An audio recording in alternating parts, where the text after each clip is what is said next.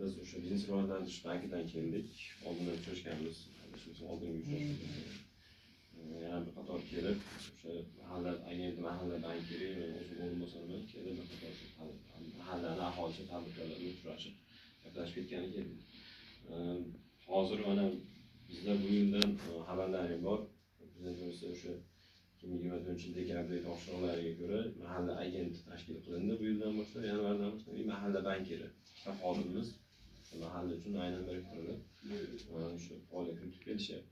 Endi bular orqali maqsad bu aholini shu bankka oid shu moliyaviy savodxonligini oshirish, yangi kredit mahsulotlari haqida ma'lumotlar berib borish, kredit hujjatlari tayyorlanish jarayonida birgalikda shu maslahatlashib, yordam berib jarayonni tezlashtirish. O'sha nimaga o'rganib,